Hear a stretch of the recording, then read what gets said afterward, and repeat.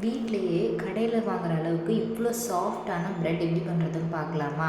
நான் மெஷர்மெண்ட்ஸ் எல்லாமே வந்து கிராம் கணக்கில் கொடுக்குறேன். நீங்கள் கப் கணக்கில் கொடுத்தீங்கன்னா 240 ml கப் இருக்கும், 250 ml கப் இருக்கும். ஸோ ஒவ்வொருத்தருக்கும் ஒவ்வொரு மாதிரி ரேஷியோஸ் வரும். அதனால் நான் எல்லாமே கிராம் கணக்கிலே கொடுக்குறேன். தண்ணி மட்டும் 1/2 கப், அதுவும் வார்ம் வாட்டராக இருக்கணும். நீங்கள் ரொம்ப சுடு தண்ணியில் போட்டிங்கன்னா ஈஸ்ட் செத்து போயிடும், அதில் ஆக்டிவேட் ஆகாது. இன்ஸ்டன்ட் ட்ரை ஈஸ்ட் தான் யூஸ் பண்ணியிருக்கேன். நான் வந்து ஹனி எடுத்திருக்கேன் சுகருக்கு பதிலாக. நீங்கள் வந்து ப்ரெட்டில் வந்து கடையில் சாப்பிட்ற மாதிரி வேணும்னா, இனிப்பு வேணும்னா நீங்கள் வந்து சுகர் வந்து 55 கிராம் எடுத்துக்கலாம். சப்போஸ் நீங்கள் ஹனி தான் ஆட் பண்ணணுன்னா 4லேருந்து 5 டேபிள் ஸ்பூன் வரைக்கும் ஆட் பண்ணிக்கோங்க. நான் வந்து இன்ஸ்டன்ட் ட்ரை ஈஸ்ட் தான் எடுத்திருக்கேன், பேக்கர்ஸோட பிராண்டு. 4 கிராம் அளவு ஈஸ்ட் எடுத்துகிட்டு அந்த ஹனியும் சுகரும் நல்லா கரைச்சி எடுத்துக்கணும். அந்த ஈஸ்ட் வந்து அந்த ஹனியை வந்து சாப்பிடும்போது நல்லா ஆக்டிவேட் ஆகும். நீங்கள் சப்போஸ் ட்ரை ஈஸ்ட்டை வந்து வெளியே வச்சுட்டு ஓப்பன் பண்ணி வெளியே வச்சிட்டிங்கன்னா செத்துரும்.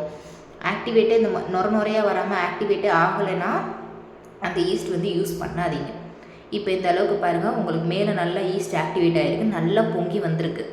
நீங்கள் ஈஸ்ட்டோட கண்டென்ட்டு 4 கிராமுக்கு மேலே போட்டிங்கன்னா ப்ரெட்டில் கண்டிப்பாக அந்த ஈஸ்ட்டோட புளிப்பு வாடை மாதிரி அடிக்கும். நம்மளுக்கு கடையில் சாப்பிட்ற ப்ரெட்டு மாதிரி வராது. மைதா வந்து 535 கிராம் எடுத்திருக்கேன்.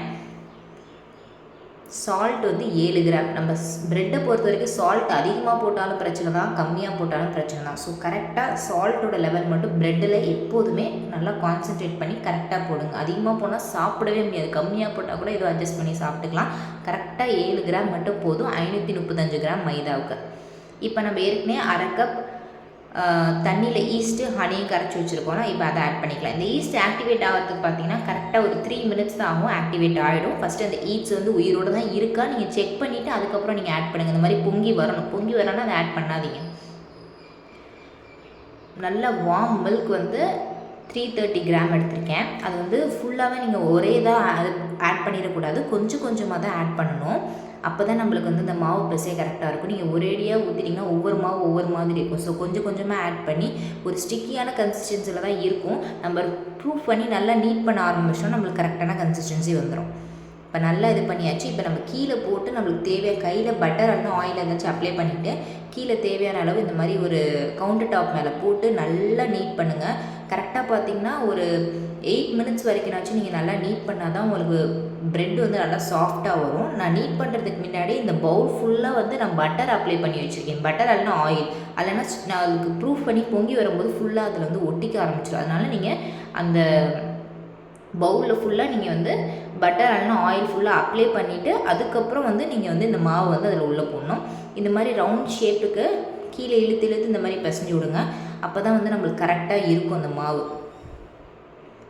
நல்லா சாஃப்டாக ஃப்ளஃபியாக ரொம்ப அழகாக பொங்கி வரும். அது பொங்கி வரும்போது நம்மளுக்கு வந்து ஆசையாக இருக்கும். இந்த மாதிரி நல்லா நீட் பண்ணுங்கள். எவ்வளோக்குள்ளே நீட் பண்ணுறீங்களோ அவ்வளோக்குள்ளே நம்மளுக்கு ப்ரெட்டு நல்லா சாஃப்டாக ஸ்பான்ச்சியாக கிடைக்கும், கடையில் சாப்பிட்ற மாதிரி. இப்போ இந்த அளவுக்கு நான் நல்லா நீட் பண்ணியிருக்கேன். எவ்வளோ சாஃப்டாக இருக்குன்னு பாருங்கள். இப்போ வந்து இதை வந்து ஒரு பவுலில் போட்டுக்கலாம். இந்த மாதிரி தான் இழுத்து பிசையணும். அப்போ தான் வந்து நம்மளுக்கு ரவுண்ட் ஷேப்பில் அழகாக கிடைக்கும். இப்போ இது ரெடி ஆகிடுச்சா? இப்போ இந்த பவுலில் போட்டதுக்கப்புறம் இது வந்து மேலே வந்து நான் ஆயில் ஆர் பட்டர் நீங்கள் எது வேணாலும் யூஸ் பண்ணிக்கலாம். நான் ஆயில் யூஸ் பண்ணியிருக்கேன். இந்த மாதிரி ஒரு கிளிங் பேக் போட்டு நான் வந்து க்ளோஸ் பண்ணிடுறேன். இதுக்கு பதிலாக நீங்கள் ஒரு காட்டன் கிளாத் கூட போடலாம். கிளிங் பேக் தான் போடணும் அவசியம் இல்லை, காட்டன் கிளாத் கூட போட்டுக்கலாம். இந்த மாதிரி போட்டதுக்கப்புறம் கரெக்டாக 1 மணி நேரம் அதை அப்படியே ப்ரூஃபிங்கில் விட்டுறணும். அதை எந்த ஒரு டிஸ்டர்பும் பண்ணக்கூடாது, அதை அப்படியே விட்டுருங்க. 1 மணி நேரம் ஆகட்டும், நம்ம பார்க்கலாம். ஆஃப்டர் 1 ஹவருக்கு அப்புறம் பாருங்கள் எந்த அளவுக்கு மாவு நல்லா பொங்கி வந்திருக்கு. இந்த மாதிரி பொங்கி வந்தால் தான் உங்களுக்கு ப்ரெட்டாக இருந்தாலும் சரி, பன்னாக இருந்தாலும் சரி பர்ஃபெக்டாக வரும். இந்த மாதிரி ப்ரூஃபிங்கில் உங்களுக்கு ப்ரூஃபே ஆகலைன்னா உங்கள் ஈஸ்டில் ப்ராப்ளமாக இருக்கும். இல்லைனா நீங்கள் நீட் பண்ணுறது நல்லா நீட் பண்ணியிருக்க மாட்டீங்க. இந்த மாதிரி ஒரு ஸ்ட்ராங்கான ஒரு பஞ்ச் கொடுத்திங்கன்னா அந்த ஈஸ்டில் இருக்க கொஞ்சம் அந்த ஸ்மெல்லாம் கொஞ்சம் போகும், அந்த ஏர் ரிலீஸ் ஆகி நீங்கள் ரொம்ப நேரம் அந்த ப்ரூஃப் பண்ண விட்டுட்டிங்கனாலும் ஈஸ்ட் வடை அடிக்க தான் செய்யும் ப்ரெட்டில்.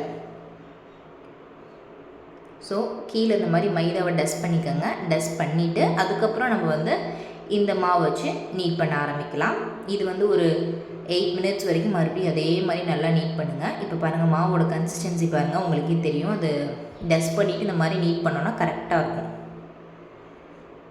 இந்த மாதிரி இழுத்து இழுத்து நல்லா நீட் பண்ணுங்கள். அப்போ தான் வந்து உங்களுக்கு வந்து ப்ரெட்டு நல்லா சாஃப்டாக கிடைக்கும். இந்த மாதிரி நீட் பண்ணுறதுல தான் இருக்கும் உங்களுக்கு ப்ரெட்டு நல்லா ஸ்பான்ச்சியாக கிடைக்கிறதுக்கு.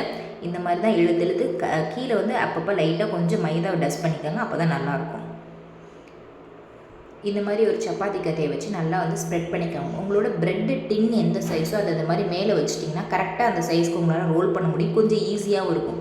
இந்த மாதிரி கையிலே ஸ்ப்ரெட் பண்ணி விட்டுட்டு முடிஞ்ச வரைக்கும் அந்த சப்பாத்தி கட்டையிலே நான் எல்லாம் ஸ்ப்ரெட் பண்ணேன். அந்த சப்பாத்தி கட்டை நீங்கள் வந்து ஸ்ப்ரெட் பண்ணுறதுக்கு முன்னாடி அதிலே லைட்டாக ஆயில் அப்ளை பண்ணுங்கள். இல்லைனா மாவு வந்து ஒட்ட ஆரம்பிச்சிடும். அதனால தான் சொல்கிறேன். இப்போ இந்த மாதிரி இந்த ப்ரெட்டு டின்னு அந்த சைஸுக்கு நான் பக்கத்துலேயே வச்சுட்டேன். இந்த மாதிரி நான் ரோல் பண்ண ஆரம்பிச்சிட்டேன். பாருங்கள், நல்லா ரோல் பண்ணுறேன்னா இப்போ கரெக்டாக அந்த ப்ரெட்டு டின் சைஸ்க்கே நல்லா ரோல் பண்ணி எடுத்துட்டேன். லைட்டாக அந்த மாதிரி எண்டிங்கில் மட்டும் லைட்டாக ப்ரெஸ் பண்ணி விட்டுருங்க.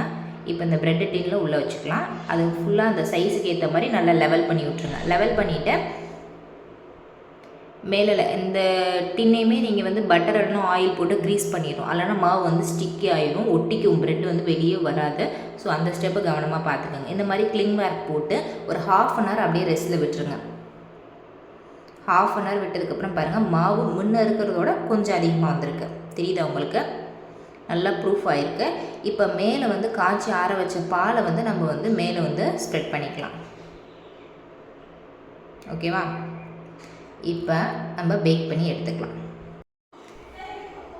200 டிகிரி செல்சியஸில் கன்வெக்ஷன் மோடில் 35லேருந்து 40 மினிட்ஸ் வரைக்கும் ஆகும் அந்த ப்ரெட்டு.